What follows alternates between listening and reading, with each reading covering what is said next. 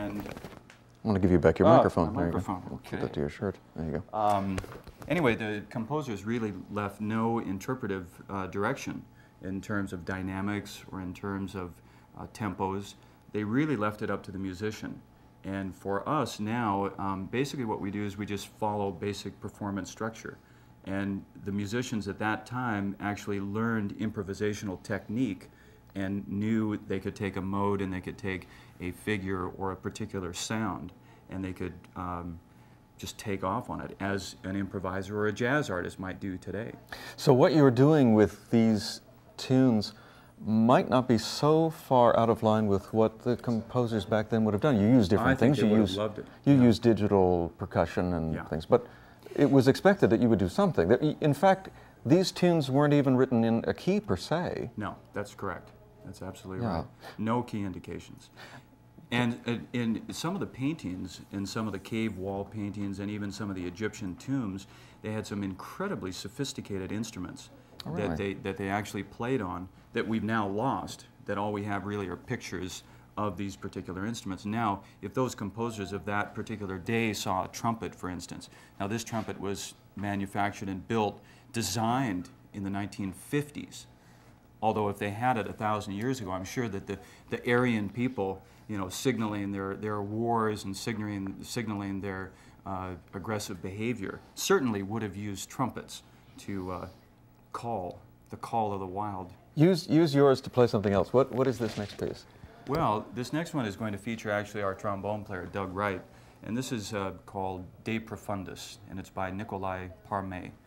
Now, this particular arrangement is a very simple arrangement in that Doug will play a chant line, which will be answered by the chorus being the Empire Brass. Sort of antiphonal. Right, exactly. And this is really the beginning of spiritual question and answer kind of music. It's kind of like a statement and then a response.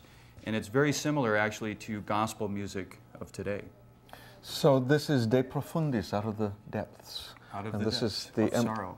And this is the Empire Brass. My guests on Around New York today.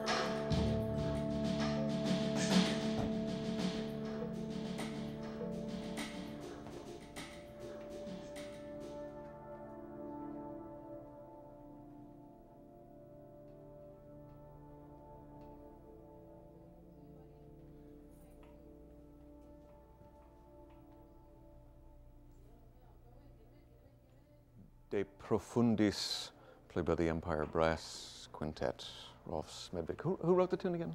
Nikolai Parme. Yeah, about the year approximately? Oh, 1210? Yeah, something like beautiful. that. Yeah.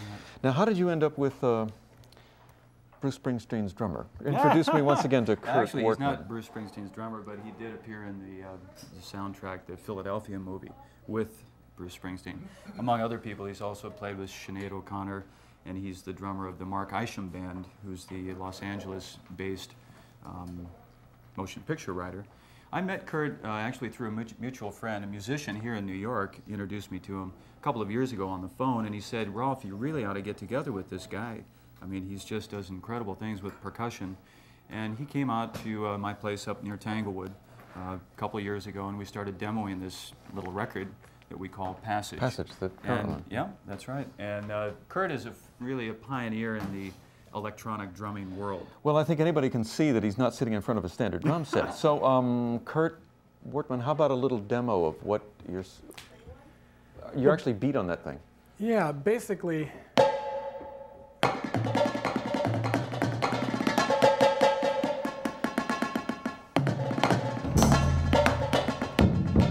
These are basically just touch-sensitive pads or controllers that release sounds that I've recorded in this box back here, which is basically a computer. And so the simplest way of saying it is like you see synthesizer players that control things from a keyboard.